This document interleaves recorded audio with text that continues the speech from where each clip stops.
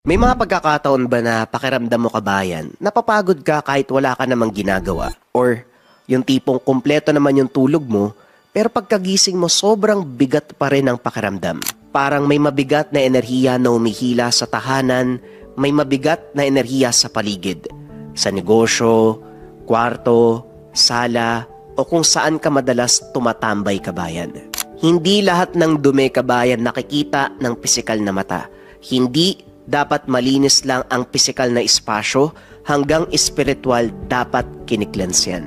Ang insenso candle for cleansing mula sa Lika Merchandise ay espesyal na kandila na ginawa upang magbigay ng liwanag sa espasyo na ating ginagalawan. Insenso candle for cleansing, pang-cleanse ng lugar, pangtaboy ng negative energy para maganda ang pasok ng swerte at iwas sakit na bunga ng negative energy. Sa isang sindilang kabayan, gumagaan ang kapaligiran, lumilinis ang espasyo, nagiging mahimbing ang pagtulog sa gabi. Ito ay mainam na gamitin pang-cleanse na mga lugar kung saan natin nararamdaman ang negatibong enerhiya. Kung interesado ka kabayan, kailangan lang tong sindihan sa umaga at gabi. May yellow basket dito sa baba or pwede mong i-visit ang shop ng Lika Merchandise, Insenso Candle for Cleansing.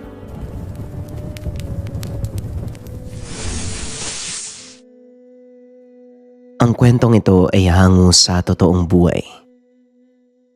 Mula ito sa isa nating kabayan na itago na lamang natin sa pangalang Danaya. Taong 1970, Salvador Benedicto. Nakatira ang angkan ni Danaya sa isang liblib na parte ng kabundukan sa Don Salvador. Malayo sa kabiasnan, tanging kultura at paniniwala ng angkan ang nasusunod. Napapaligiran ang lupain ng mataas na damo, mga puno na sumasabay sa himig ng hangin. Sa gitna nakatayo ang tahanan nila. Nakapalibot din dito ang mga kamag-anak na palaging abala sa araw-araw na pamumuhay. Tahimik, ngunit puno ng lihim na matagal nang binabantayan ng kanilang lahi. Hanggang sa sumapit ang isang gabi, tahimik na naghahapunan ang pamilya. Danaya anak, alam mo ba kung bakit ka pinapatawag ng lola mo nitong mga nakaraang araw? Wika ni Lucio. Pinapaliwanag po sa akin ni Lola yung tungkol sa mga bagay dito sa munting baryo natin. Mga bagay na dapat kong tandaan kapag ako nang pumalit sa kanya. Tugon ni Danaya. Nagkatinginan ang mag-asawa. Anak, hindi habang buhay may itatago sa iyo ang tungkulin ng ating angkan. Matagal ka nang pinili ng lola mo upang maging pinuno sa hinaharap. Wika ng ina na si Rosenda. Bago pa man makasagot ang kanyang ama, narinig ng mga ito ang pagtunog ng maliit na kampanang tanso. Mag-uusap tayo mamaya. Rosenda, Marcelo, tayo na. Sasama ka ba anak? Dito na lang po ako, tay. Hindi na lingid kay Danaya na ang buong angkan ay aswang. Bata pa lamang, namulat na ito sa mga kakaibang anyo ng mga magulang at kapatid. Sa katagalan, nasanay na ang mga mata nito sa ganitong bagay. Isang beses sa isang buwan nagsasagawa ang kanyang angkan ng ritual. Ritual gamit ang dugo ng hayop. At isang beses sa isang taon, kumakatay ang mga ito ng tao. Ilang beses na ring nasaksiyan ni Danaya ang mga ritual ng mga ito sa kailaliman ng gubat. Ilang oras ang lumipas. Nakauwi na ang mga magulang kasama ang nag-iisang kapatid. Lahat sila ay may bahid ng dugo sa bibig. Anak, gusto kang makausap ng Lola Dolores mo. Puntahan mo daw siya sa tahanan kapag wala kang ginagawa. Wala pong problema, tay. Pupunta na lang po ako bukas. Pinuntahan ni Danaya ang lola kinabukasan. Naabutan nito ang matanda. Nagbibilad ng mga karne sa trangkahan ng bahay. Apo, salamat naman at nandito ka na. Kumusta po ang ritual kagabi, Lola? Mabuti naman, Apo. Malapit na ang panahon ko. Ipapasa ko sa iyo ang tungkulin dahil ikaw ang nakikitaan ko ng potensyal na mamuno sa ating angkan. Kaya ikaw lang ang tao dito sa angkan natin dahil sa huli, ikaw ang magmamana ng aking bertud. Lola, pwede ba akong humingi ng pabor bago ko tanggapin ang pagiging pinuno? Magsabi ka, apo. Gusto ko po sanang lubusin yung pagiging malaya ko bago magpasailalim sa pamumuno ng angkan. Sana po, payagan niyo akong pumunta sa bayan upang makakita ng mga tao. Pangako po, kapag nagsawa na ako, babalik ako dito. Gagampanan ko po yung tungkulin. Kung yan ang gusto mo, apo, hahayaan kita. Basta kapag naramdaman mo ang tamang panahon, bumalik ka dito. Matapos magsalita, pumasok ang matanda sa kubo. Pagbalik ay may inabot sa dalaga. Naglalaman ito ng pera. Ito. Alam kong dadating ang pagkakataon na ito. Gamitin mo habang naroon ka sa bayan. Wika ni Lola Dolores. Ngumiti pa ito sa kanya. Lola, bakit ang dami ng binibigay mo? Sige na, umalis ka na, apo. Niyakap ng dalaga ang lola. Halatang pinipigilan ang pag-iyak. Maraming salamat po. Salamat po, Lola. Pagdating ng tahanan, binahagi nito sa ama ang napag-usapan. Yan ba ang plano mo? O siya sige, kailan ka naman aalis? Bukas po, tay. Nananabik na po ako sa bayan Basta mag-iingat ka doon, anak. Huwag papabayaan ang sarili. Opo, nay, huwag po kayo mag-alala. Kaya ko po ang sarili ko. Ate, dalin mo to. Ginawa ko para sa'yo. Wika ni Marcelo, ang kapatid ni Danaya. Maraming salamat Talagang nag-abala ka pa.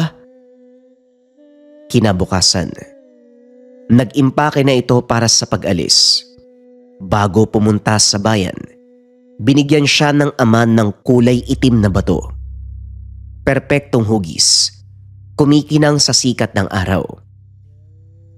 Sa oras na magkaroon ka ng problema, bumulong ka sa batong yan. Siguradong may darating upang tumulong. Maraming salamat po, tay. Mauna na po ako. Hinatid si Danaya ng kanyang tiyo Gascon sa labasan ng kanilang baryo. Masayang binaybay ng dalaga ang daan habang hinahawi pa nito ang matataas sa damo. Bawat taon na nakakasalubong ay niningitian ni Danaya, baka sa mukha ng dalaga ang pagkasabik. Nang makarating na ito sa bayan ng Don Salvador, tulala nitong pinagmasdan ang mga taong abala sa ginagawa sa araw na yun. Hapon nang makaramdam ng gutom, bumili ng makakain, lahat ng gustong matikman. Pagsapit ng dilim, manghang-mangha pa rin ang mukha ng dalaga dahil sa mga taong abala. Sa isip nito, parang hindi man lang napapagod ang mga tao sa lugar. 10:00 ng gabi, nakaramdam ng antok. Napagpa siyang matulog sa isang puno sa gilid ng daan malapit sa tindahan. Sanay na sanay ang dalaga matulog kung saan-saan. Wala itong pakialam kahit may iilang taong dumadaan kung saan siya nagpapahinga. Inakala ng mga tao na baliw si Danaya. Naalimpungatan ng dalaga 3:00 ng madaling araw. May nakitang lalaki. Hinahalukay ang gamit niya sa bayong. Walang pagdadalawang isip na tinadyakan ng mukha ng lalaki. Nang makita ito ng kasama, kaagad siyang sinikmuraan. Napasigaw ang dalaga habang hawak-hawak siya sa buhok ng lalaki. Ang tapang mo naman! Huwag ka nang lumaban, pera lang ang habol namin. Kapag nag-ingay ka mapipilitan kaming saktan ka. Matapos magsalita, hinagi si Danaya sa damuhan. Nang makuha na ang mga pakay, Akma na sanang tatakbo ang mga ito nang may isa pang lalaki ang humarang sa kanila. Mali yata kayo ng pinagnakawan. Hinampas ng lalaki ang dalawang magnanakaw gamit ang dalang kahoy. Bawat tama napapasigaw ang dalawa. Matapos makuha ang pera ng dalaga, pinuntahan niya ito at inalalayan na makatayo. Ayos ka lang ba? Hindi nakasagot si Danaya. Tulala habang nakatitig sa lalaki. Ang pangalan ko ay Renato. Narinig ko yung sigaw mo habang papauwi na ako eh. Kakatapos ko lang mamasada eh, ang lakas ng sigaw. Ako naman si Danaya. Huwag ka mag-alala, ayos lang ako. Maraming salamat ha. Bakit ka kasi natutulog sa gilid ng daan? Masyadong delikado dito. Halika, doon ka muna sa lugar ko kahit ngayong gabi lang. Sumama ang dalaga sa kanya. Pagdating sa bahay ni Renato, nakita niya ang pinagtagpi-tagping yero.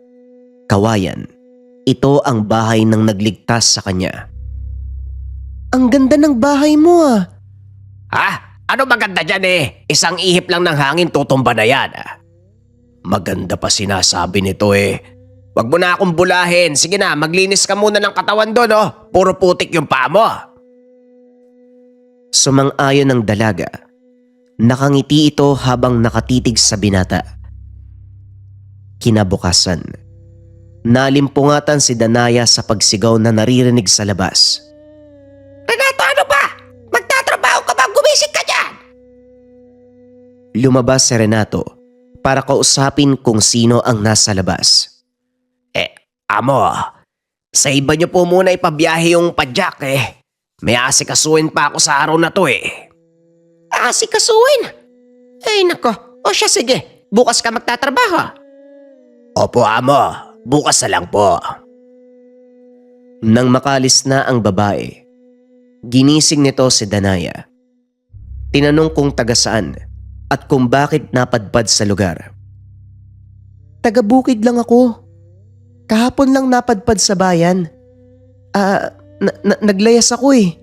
Minamaltrato kasi ako ng mga magulang ko. Ay ganun ba, pasensya ka na sa matanong ko ha. Gusto lang kitang makilala eh, mamaya masamang tao ka. Tumangulang si Danaya sa kanya. Gusto mo bang hanapan kita ng bahay na matutuluyan mo? Diyan lang sa labas may mga paupahan. Yung babaeng pumunta dito kanina, paupahan niya yung nasa labas eh. Wag na siguro. Dito na lang ako sa bahay mo. Sa tingin ko mas presko eh. Kumpara sa mga bahay dyan sa labas. Tinitigan siya ni Renato. Nagtataka kung bakit ganito ang ugali ni Danaya. Ano ka bang babae ka? Weirdo ka. O siya sige, dumito ka muna. Wag kang mag-alala, susubukan ko ding hanapan ka ng trabaho. Para makatulong ka naman dito sa bahay kahit pagkain lang. Wala nang libre ngayon. Ay, may pera ako dito. Makakabili tayo ng pagkain oh. Wika ng dalaga. Si Renato ay hindi lumaki sa lugar na yun. Mula siya sa San Carlos. Napadpad lang sa lugar dahil wala ng mga magulang. Nag-iisa na lamang sa buhay. Matapos mag-usap, namili ang dalawa ng makakain sa araw na yun. Sa daan nakasalubong nila ang kilalang siga sa kanilang lugar. Nang makita nito si Renato, kagad pinagdiskitahan ng binata. Oy Renato, sino yung kasama mo? Ang ganda. Ipakilala mo naman ako. Pablo, pinsan ko yan galing sa probinsya. Bumisita lang para mga musta. Ang ganda ng pinsan mo ah. Bukod sa maganda yung mukha, pati katawan. Hindi may pagkakaila na may itsura talaga si Danaya.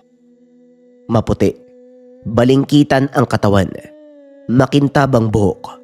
Ngunit si Renato, hindi interesado sa mapang-akit na alindog ng dalaga. Alis na kami, kaibigan Pablo. May bibilin kasi kami. Matapos magsalita, hinatak na nito si Danaya palayo sa lugar. Sino yun? Anong meron sa kanya? Si Pablo. Yan ang pinakabarumbado dito sa lugar. Wala nang ginawa yon kung hindi banggulo. Hayaan mo na yon, umiwas ka doon. Lumipas ang ilang araw. Habang naglalakad ang dalawa, mula sa gilid ng daan lumitaw na naman si Pablo. Nakasandal sa puno ng mangga. Ay, kaibigang Renato. Magpapaalam sana ako sa'yo ng maayos. Pwede ko bang ligawan yung pinsan mo? Alam mo, Danaya, simula nung nakita kita, hindi ka na mawala sa isip ko eh. Hanggang sa mga kamay ko, kung naiintindihan mo kung anong ibig sabihin nun. Parang nakadikit ka na sa utak ko kahit saan ako magpunta. Pasensya na talaga, Pablo. Yung pinsan ko may kinakasama na yan. Ano naman, hindi pa naman sila kasal eh. Alam mo Pablo, imbis na mangulit ka dito, umalis ka na lang. Tumulong ka sa mga magulang mo. Hindi ako interesado sa'yo. Aalis na sana ang dalawa, pero humarang muli si Pablo. Marami kaming mga utusan, kaya hindi ko kailangan magtrabaho. Sige na kasi, payagan mo na ako manligaw sa'yo. Pablo, kaibigan, huwag ka na masyadong mangulit. Tumabi ka sa daan. At kung ayaw ko, anong gagawin mo? Hindi na nakapagpigil si Renato. Buong puwersang sinapak ang mukha ni Pablo. Napatras ito, pero kaagad ding sumugod pabalik. Nagbuno ang dalawa sa gilid ng daan. Nagpalitan ng suntok habang sumisigaw si Danaya. Sa huli, napaluhod si Pablo sa lupa. Hingal at galit na galit. Dahan-dahan itong tumayo. Pinunasan ng dugo sa gilid ng labi at ngumiti. Hindi pa to tapos. Magsisisi ka sa ginawa mo. Ay hindi. Pareho kayo. Magsisisi kayo sa ginawa niyo. Sandali pang tinitigan si Danaya. Matapos ay tumalikod na ito. Naglakad palayo sa makitid na daan. Alam na ng dalaga ang titig na yon. May halong pagbabanta. Pagdating sa mumunting bahay ni Renato, ginamot ito ng dalaga. Bakit kasi kailangan mong patulan? Aray ko naman. Huwag mo masyadong dinan pinagtanggol ka na, ikaw pa yung galit. Paanong hindi, wala namang kwenta yung taong yun tapos pinatulan mo pa? Pagsapit ng dilim, maagang natulog ang dalawa. Payapa ang paligid. Tanging huni ng kuliglig at mahinang ihip ng hangin ang maririnig. Hindi nagtagal. May mga maihinang pagkaluskos ang maririnig sa labas. Bahagyang napakunot ang noo ni Danaya. Ilang segundo pa, may kasamang angil ang naririnig. Napabalikwas ito sa higaan. Renato, gumising ka! Hindi mo ba naririnig yung nasa labas? Mabilis na nagising si Renato at naging alerto. Sabay silang natahimik at nakiramdam sa paligid. Dahan-dahang gumapang si Renato. Lumapit ito sa dingding. Sa isang maliit na siwang maingat siyang sumilip sa labas. Nagulat siya. Nakita ang pares ng mga mata na purong itim. Diretsyong nakatitig sa kanya. Hindi na nakapagsalita si Renato. Biglang naglaho ang mga mata. Kasunod nito ang mga kalabugan. Umalingaw-ngaw sa labas. Tila ba nag-aaway o nagbabanggaan sa gitna ng bakuran. Matapos ang ilang nakakabinging sandali, unti-unting tumahimik ang lahat. Ano yung nakita mo kanina? Dalawang pares na mga mata Purong itim. Nakatitig sa akin Teka, eto na ba yung sinasabi ni Lola? Bulong ni Danaya. Habang nag-iisip ay tumayo si Renato. Kinuha ang itak na nakasandal sa sulok. Dito ka lang Titignan ko kung anong meron sa labas. Nakita niya ang mga bakas ng paa sa lupa. Malaki, malalim ang pagkakabaon, hindi hugis ng paa ng tao. Ilang sandali pa lumabas na si Danaya nang makita ang mga bakas. Nagulat ang dalaga. Ilang araw ang lumipas matapos ng kaganapan. Tila ba naging balisa itong si Renato? Konting kaluskos lang, nagigising na kagad. Maraming araw ang lumipas hanggang sa umabot ng buwan. Napaisip itong si Renato dahil hindi na nito nakikita si Pablo. Tila ba nawala ito bigla sa lugar. Tinanong ang mga kakilala kung ano ang nangyari kay Pablo at bakit hindi na nagpapakita. Si Pablo, nakita ko yun noong isang araw may sugat sa paa. Tapos may saklay. Hindi ka namin alam kung ano nangyari. Parang naaksidente. Matapos marinig ang sinabi ng kaibigan, napaisip ito kung ano ang sinapit ni Pablo. Dagdag pa nito, hindi naman ganong kalaki ang pinsalang ginawa niya nung nagsuntukan silang dalawa. Pagsapit ng dilim, habang nagpapahinga, napabangon si Danaya. May tumatawag sa pangalan niya sa labas. Pamilyarang boses. Boses ni Tio Gascon. Pagtingin ni Danaya sa bandang madilim, nakita niyang nakatayo ang tiyo sa anyong aswang. Kumusta ang kalagayan mo, Danaya? Ayos lang po, tiyo. Nitong mga nakarang araw may napabisitang aswang dito eh. Hindi ko kilala. Alam ko ang aswang na yun. Kung hindi ako nagkakamali, siya si Pablo. Ang hindi ko lang matanggap, nakatakas ito nung gabing naglaban kami dito sa bakuran. May lahi silang tiktik at gabunan. Malalim din ang karunungan. Kaya lubusan ako nag-iingat. Isang mali lang maaari ako mamatay.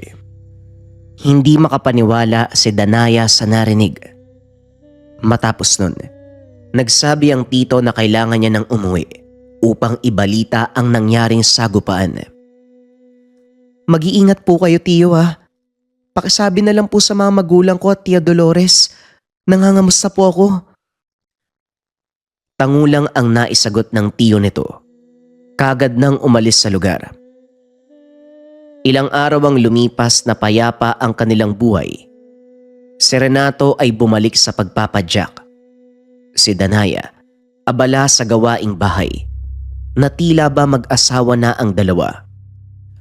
Habang papauwi ang dalaga mula sa pamimili ng mga makakain, napatigil ito nang makita si Pablo sa gilid ng daan. Nakatitig sa kanya, nakangiti ng nakakaloko.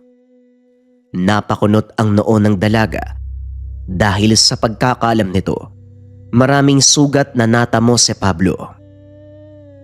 Kumusta, Danaya? Matagal tayong hindi nagkita. Nasaan yung aso mo? Hindi yata nakasunod. Pwede ba, Pablo? Kung nandito ka para manira ng araw, huwag mo nang ituloy. Suplada naman oh. Hanggang ngayon ba, Danaya? Ganyan ka pa rin sa akin. Hindi na sumagot pa ang dalaga. Iniwan nito si Pablo sa daan. Pagkalagpas sa binata, hinablot nito ang mga kamay ng dalaga, kinaladkad patungo sa kanya. Lumaban naman si Danaya at sumigaw ng tulong. Walang may naglakas ng loob na lumapit. Kilala sa lugar ang pamilya ni Pablo. Maimpluwensya, mataas ang katungkulan. Mabuti na lamang dumating si Renato. Walang pagdadalawang isip na sinuntok si Pablo. Wala ka talagang kadala-dala ano? Kailan mo ba titigilan ang pinsan ko? Hindi ako titigil hanggat hindi ko nakukuha si Danaya. Sige, subukan mo nang malaman mo ang hinahanap mo. Matapos magsalita, umuwi na sila ng tahanan. Galit na galit naman si Renato sa naganap. Naiintindihan naman ito ng dalaga dahil maging siya, Kumukulo din ang dugo kay Pablo. Paupain mo yung galit mo, Renato. Huwag mo na masyadong isipin yung nangyari. Ako nang bahala sa kanya. Anong sinasabi mong ikaw yung bahala kanina nga wala ka nagawa nung hinila ka Ako nang bahala sa kanya. Sinisiguro ko sa'yo na hindi na siya magtatagal pa. Gulat na napatitig si Renato sa dalaga. Pero nabahag siya nang makitang seryoso ang mukha ni Danaya. Kinagabihan ng mismong araw, habang maimbing ang tulog ni Renato, kinuha ni Danaya ang itim na bato. Ito ang binigay ng ama. Binulungan ng dalaga. Lumipas ang ilang sandali. Nakarinig ng mga paglakad sa labas. Nakita niya ang mga magulang kasama ang kapatid. Anong problema, Danaya? Sabihin mo lang ate, may gumagambala ba sa'yo? May papaligpit sana ako sa inyo eh. Masyadong masama yung tao na yun eh. Sabihin mo lang ang pangalan anak, kami na ang bahala. Si Pablo po, Nay. Siya nga ba? Ang sinabi ni Gasco ng mga lahing tiktik. Huwag ka mag-alala. Magpahinga ka na. Kami ang bahala. Matapos ang pag-uusap, biglang naglaho ang mga kapamilya. Pumasok na sa loob ang dalaga para magpahinga. 2 araw ang lumipas. Nabalitaan ng dalawa. Natagpo ang patay si Pablo sa gilid ng daan. Lasog-lasog ang katawan. Animoy binalahura dahil sa dami ng kalmot. Napangiti si Danaya sa nalaman habang gulat na gulat si Renato. Teka, hindi ko naman hiningi na mamatay si Pablo Bakit ganun yung nangyari? Bagay sa kanya yan para wala ng perwisyo. Napailing na lang ang binata sa sinapit ni Pablo. Lumipas ang ilang linggo. Nagpasya si Danaya na umuwi na muna dahil may kailangan itong ayusin.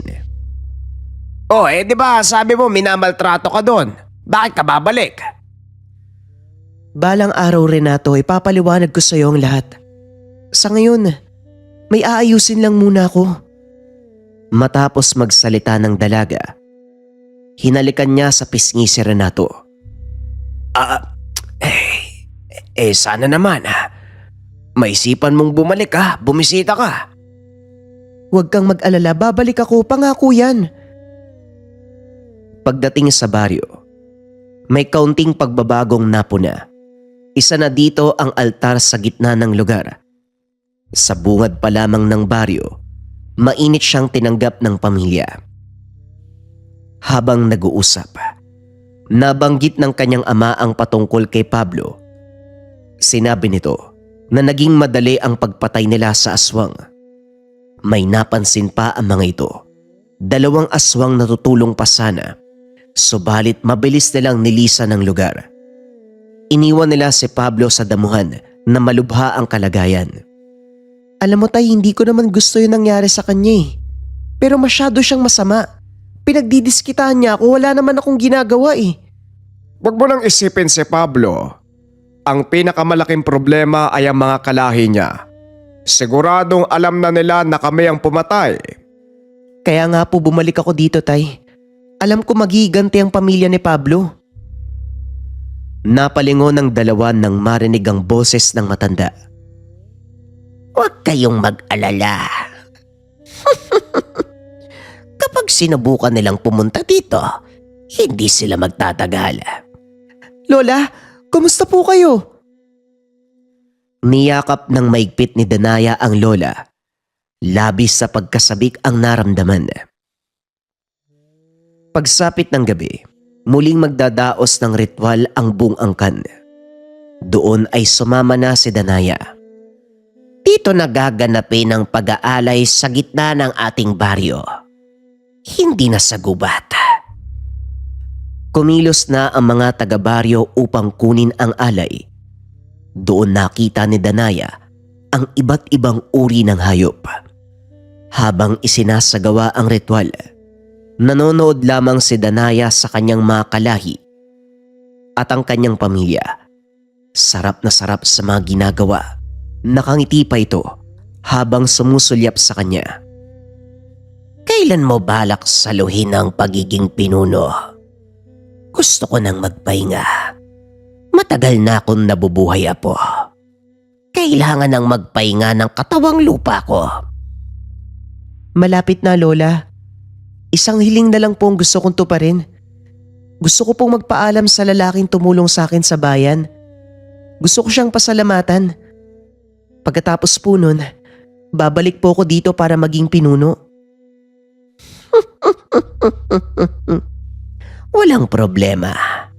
Bumalik ka dito kapag natapos mo na ang gustong gawin. Lumipas pa ang ilang linggo. Bumaba muli si Danaya upang bisitahin itong si Renato. Pagdating, nakitang nag-aayos ng padyak. Palitan mo na yan, bulok na yan eh. Oy, Danaya, napabisita ka! Gusto ko lang sana magpaalam sa'yo bago tuluyang bumalik sa aming lugar. Ang totoo niyan, hindi naman ako minamaltrato sa amin eh. Ginawa ko lang yung dahilan para makagala ako sa bayan. Pasensya ka na, Renato, ha. Nagsinungaling ako sa'yo. Wag mo nang alalahanin yon. Kahit ano pa ang dahilan, labas na ako doon. Ang importante, masaya ka. May sasabihin pala ako sa'yo, Renato. Oh, ano yon? Sabihin mo na kasi, bigla ka naging seryoso dyan. Wala, kalimutan mo na yun. Kumain na lang tayo, tara. Ay, saktong-sakto. Hindi pa ako kumakain. Pagsapit ng gabi, habang nasa bakuran ang dalawa, muling nagsalita si Danaya. Alam mo, Renato, sa ilang buwan kong pananatili dito, napakabuti mong tao. Hindi maiwasan na makuha mo yung loob ko eh. Yun lang yung gusto kong sabihin bago ko umalis. Ano ko ba naman, Danaya? Huwag na nating gawing komplikado ang mga bagay-bagay. Alam naman natin na gusto natin yung isa't isa eh. Mula nang una kitang nakita, yun na ang naramdaman ko. Ang tanging hiling ko lang, sana di mo ako makalimutan sa pag-alis mo. Sa pagbabalik ko, Renato, sisiguraduhin ko sa'yo, magsasama tayo. Nang gabing yun, maligaya nilang pinagsaluhan ang gabi. Inalay ang katawan sa isa't isa. Naalimpungatan si Danaya madaling araw dahil sa mga angil na naririnig sa labas. Sinilip ang maliit na siwang. May nakitang dalawang nilalang na gumagapang palibot sa kubo. Sa mga mata ni Danaya, hindi ito mga kaanak. Hindi niya kilala ang wangis. Mas lalong nanlaki ang mga mata nang marinig ang boses sa labas. Alam kong naririnig mo ko, Danaya. Pero wag kang mag-alala. Hindi matatapos kapag dugo mo ang kinuha namin. Patuloy ang pagpapalitan ng pag-iiganti. Huwag kang mag-alala, Iya. Babalik kami ng may sorpresang dala. Ilang minutong lumipas matapos magsalita. Kagad siyang umalis. Pero bago yun, malalim na kalmot ang ginawa sa dingding sa bahay ni Renato. Hindi na ginising pa ng babae ang binata. Ayaw nitong masangkot si Renato sa gulong pilit niyang inaayos. Matapos ang 7 araw, napagpasya ni Danaya na lumikas pauwi sa baryo.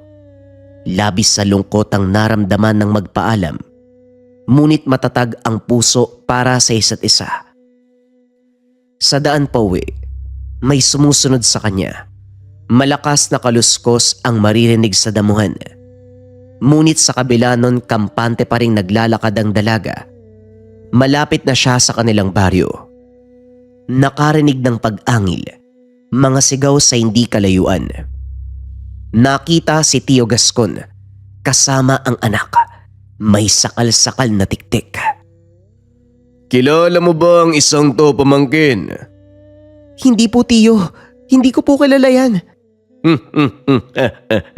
Mukhang natunto na tayo ng mga kalabang tiktik.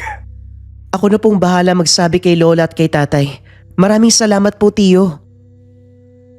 Pagdating sa baryo, binahagi ng dalaga ang nangyari. Kahit dalhin nila ang buong angkan, hindi sila mananalo sa atin. Pero inay, hahayaan ba nating dumanak ang dugo sa baryo? Hindi ko rin gusto mangyari yan. Pero kung yun ang hihilingin nila, ibibigay natin. Kung gusto nilang mamatay, walang problema. Lumipas ang ilang araw. Naganda ang angkan para sa paparating na mga bisita. Pero ilang buwan ang lumipas, wala pa ring pagpaparamdam. Pero hindi nagpakampante ang angkan. Patuloy silang nagbantay sa hangganan ng teritoryo. Sumapit ang isang araw, may mga pangkat ng aswang na nakita. Ang buong akala ni Gascon, ito na ang pangkat ni Trinidad at Victor. Kaso nga lang nang kumprontahin, ibang grupo ng mga aswang. Anong ginagawa niyo dito? Alam niyo ang batas ng mga aswang. Kapag teritoryo ng angkan, hindi kayo maaaring lumapit. Pasensya na, napadaan lang kami. Paalala lang, huwag kayong gagala sa teritoryo namin. May mga bisita kaming hindi inaasahan at baka madamay kayo. Sa mga salitang binitawan ni Gascon, nagkatinginan ang mga nilalang. Kaso nga lang, may isa sa kanila na hindi nakapagpigil. Buong puwersang umatake kay Gascon. Bago pa man tumama ang matatalas na kuko. Walang kahirap-hirap na nasalag ni Gascon. Ibinalibag sa lupa ang aswang. Oh, ano to, bagong yanggaw? Pasensya ka na, hindi pa kontrolado ang pagiging ganap. Naiintindihan ko. Sige na, umalis na kayo. Pansamantala, huwag kayong dadaan sa lugar. Mahirap na. Baka madamay pa kayo. Huling wika ni Gascon bago tuluyang lumisan ang mga nilalang. Isang hapon habang nag-uusap ang pamilya kasama ang ibang kamag-anak. Naaamoy ko, nalalapit na ang pagdalaw nila. Ilang gabi mula ngayon, darating ang mga bisita. Sigurado na po ba kayo? Kung ganon, bigyan natin sila ng magandang palabas. May mga bagay pa ba tayong kailangang gawin bukod sa paghahanda? Wala na. Tanging pagdating nila ang inaantay natin. Lola, may tutulong po ba ako? Ikaw ang pinaka-iniingatan namin. Huwag ka nang mag-abala. Kami nang bahala sa paparating na bisita. O nga naman ate, huwag ka na mag-abala. Kahit ako mag-isa, kaya kong ubusin yung aray ko naman. Ba't kailangan niyo pong mamatok? Huwag ka masyadong mayabang. Ang pagiging kampante, yan ang sanhi ng kamatayan. Isang gabi, bilog na bilog ang buwan. Habang nakaupo sa labas ng tahanan, nakita nilang mabilis ang kilos ni Lola Dolores. Huwag kayong magpapalata. Nariyan na mga bisita. Hintayin niyo makapasok sila at saka niyo salubungin. Lucio doon ka sa kanluran. Gascon sa tibog. Ang iba doon sa dulong parte. Mabilis ang galaw ng mga ito, ngunit hindi nagpapalata. Si Danaya, nasa loob lamang ng bahay ng matanda. Matamang nakikiramdam sa paligid. Ilang minuto ang nakalipas. Nakita nito ang mga taong naglalakad palapit sa gitna ng baryo. Sa pagkakatanto ni Danaya, lagpas 15 ang bilang. Naroon sa gitna ng altar si Lola Dolores, nakaupo at nag-aantay. Hoy tanda, bakit ka nag-iisa? Wika ni Victor. Mga aswang na mahina ang pakiramdam. Tumingin kayo sa paligid. Mula sa iba't ibang sulok, lumabas ang lahat ng angkan.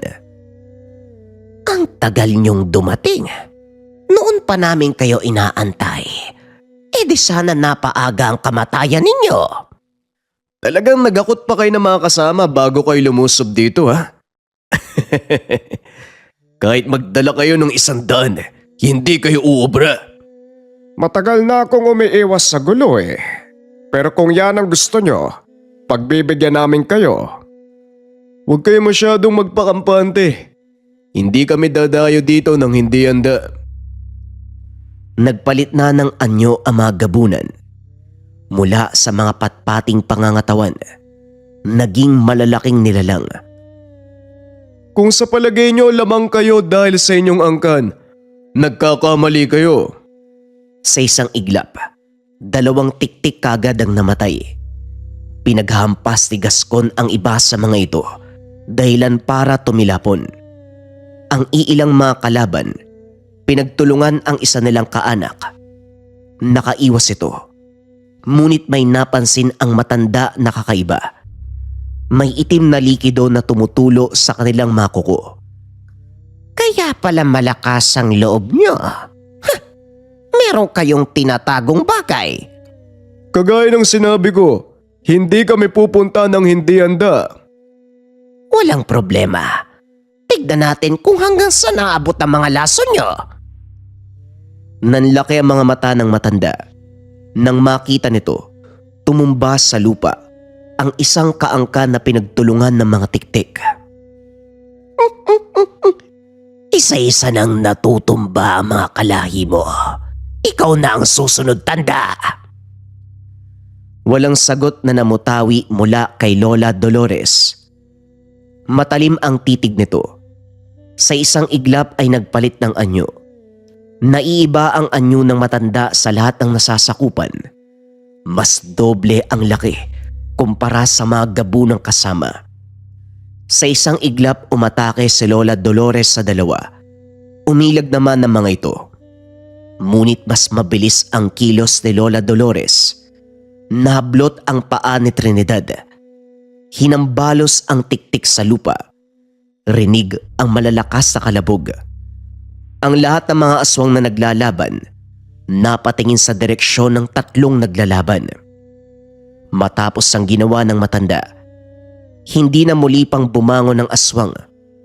Tuluyang nabawian ng buhay si Trinidad sa lakas ng atake ni Lola Dolores. Demonyo ka! Papatay kita! Kung magsalita ka, akala mo hindi ka demonyo. Hindi nyo lang matanggap na may kasalanan ang angkan ninyo kaya nagkaganito. Masyado kayong mapusok. Hindi nag-iisip bago gumawa ng hakbang. Wala kang alam! Wala kang alam sa... Tumingin ka sa paligid mo. Iilan na lang kayong natira. Namumuhay kami ng payapa. Kayo ang nagsimula ng gulo. Hindi na ito sumagot pa. Sumugod na sa matanda ng walang pag-aalinlangan. Nagpalitan ng atake ang 2. Pero sa paglipas ng ilang minuto, hindi na malayan ni Lola Dolores. Tinamaan siya ng kalmot. Tinamaan siya ng lason. Napangiti si Victor. Ngayon sigurado na ako. Mamamatay ka. Hindi na rin ako magtatagal. May papalit na sa akin. Inaantay ko na lang ang kamatayan ko. Pero ikaw, isasama kita sa hukay. Buong puwersang inatake ang tiktik. Tumilapon ito sa puno. Mabilis sa sinundan ni Lola Dolores. Dinakma ang paa at hinampas ang katawan ng aswang sa punong binagsakan. Paulit-ulit na ginawa ng matanda hanggang sa mabali ang lahat ng buto ng aswang. Nabasag ang bungo nito sa lakas ng atake. Sa kabilang dako naman, 2 tiktik na lang ang natira sa mga kalaban, kasalukuyang pinagtutulungan ng magkapatid na Lucio at Gascon. Pinaglalaroan nila ang mga kalaban. Nang maubos ang lahat, doon na unti-unting nanghina si Lola Dolores. Unti-unting bumalik sa pagiging tao. Napalod sa lupa na kaagad sinalo ni Gascon. Lumapit si Danaya. Nagtipon ang lahat ng mga aswang sa kinaroroonan ng matanda. Lola! Lola! Alam ko na ang hinaharap ko, iha. Hindi mo matatakbuhan ng tadhana. Ilang siglo na akong nabubuhay. Gusto ko nang magpahinga. Lola, huwag niyo po kaming iwan. Panahon na para pamunuan mo ang ating angkan. Kayong lahat, maraming salamat sa inyo. Matapos magsalita, nalaglag ang kamay nito sa lupa. Nakadilat ang mga mata. Napahagulgol sa iyak ang dalaga. Lahat ay nagdalamhati sa pagkamatay ng pinuno. Ilang sandali, may itim na bato na lumabas sa bibig ng matanda. Perpektong bilog ang hugis. Alam mo na ang kailangan gawin, anak. Kunin mo ang bertud gamit ng iyong bibig. Matapos na malunok ng dalaga, nagpatuloy sa pagdadalamhati ang lahat sa pagkawala ni Lola Dolores. Nagulat naman ang magkakapatid. Hindi ininda ng dalaga ang sakit na dulot ng pagtanggap sa bertud. Doon nila napagtanto na perpekto si Danaya upang saluhin ang pagiging pinuno. Natapos ang gabing yun na maalam na ang pinunong aswang. Lahat ng bangkay ay inilibing ng maayos. Mabilis na lumipas ang taon. Naging maayos ang pamumuhay sa mumunting baryo nang makabisado kung paanong pamumunuan ang angkan. Binalikan niya si Renato sa bayan. Nalaman ng binata ang tunay na pagkatao ni Danaya. Kaso nga lang sa pagbabalik nito, may pamilya na si Renato na lubos namang tinanggap ni Danaya. Alam niya rin sa kanyang sarili na hindi siya maaantay ni Renato. Doon niya ring lubusang naintindihan kung bakit lahat ng kanyang kahilingan pinagbibigyan ng angkan. Buong pusong pinagbigyan ni Lola Dolores dahil sa pagtanggap niya ng pagiging pinuno. Ito ay malaking responsibilidad. Uunahin ang kapakanan ng buong sityo kaysa sa pansariling interes. Naway nagustuhan ninyo ang kwento ng digmaan ng mga aswang at ang babaeng si Danaya na tinanggap ang pagiging pinuno kapalit ang minimithi na pag-ibig.